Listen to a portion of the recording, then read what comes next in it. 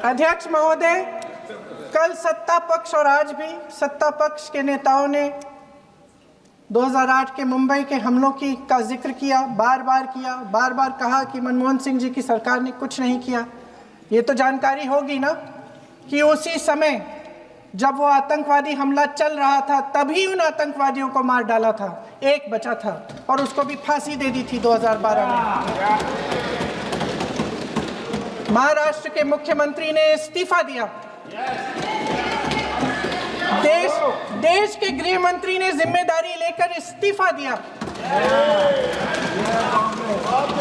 एक जवाबदेही थी पब्लिक के प्रति, एक जवाबदेही थी इस देश की जनता के प्रति, इस देश की धरती के प्रति।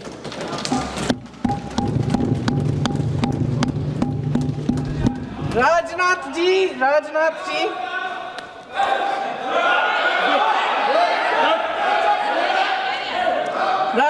जी तो पुलवामा, उरी और पठानकोट के समय गृह मंत्री रहे थे।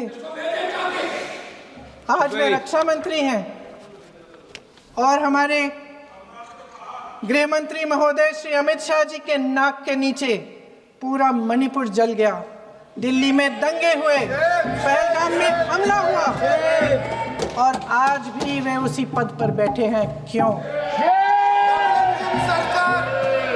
अध्यक्ष महोदय, बमबारी से अखबारों के हेडलाइन बनते हैं, मगर कहानी सुरक्षा में की चूक में भी है।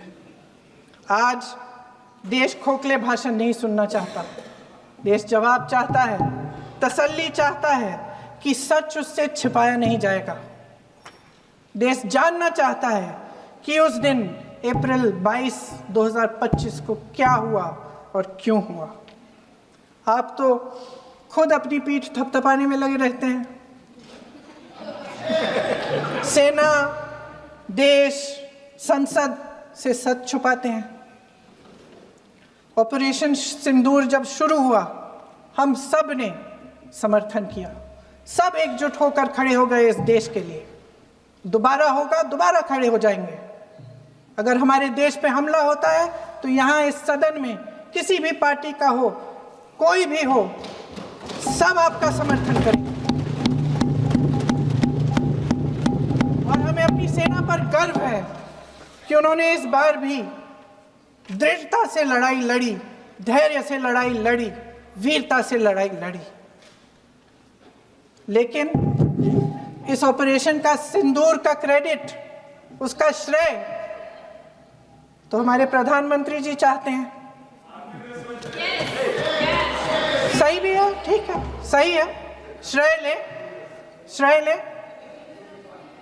ओलंपिक्स में हमारा मेडल आता है, उसका भी श्रेय लेते हैं, लेकिन सिर्फ श्रेय लेने से नहीं होता नेतृत्व, जिम्मेदारी भी लेनी पड़ती है।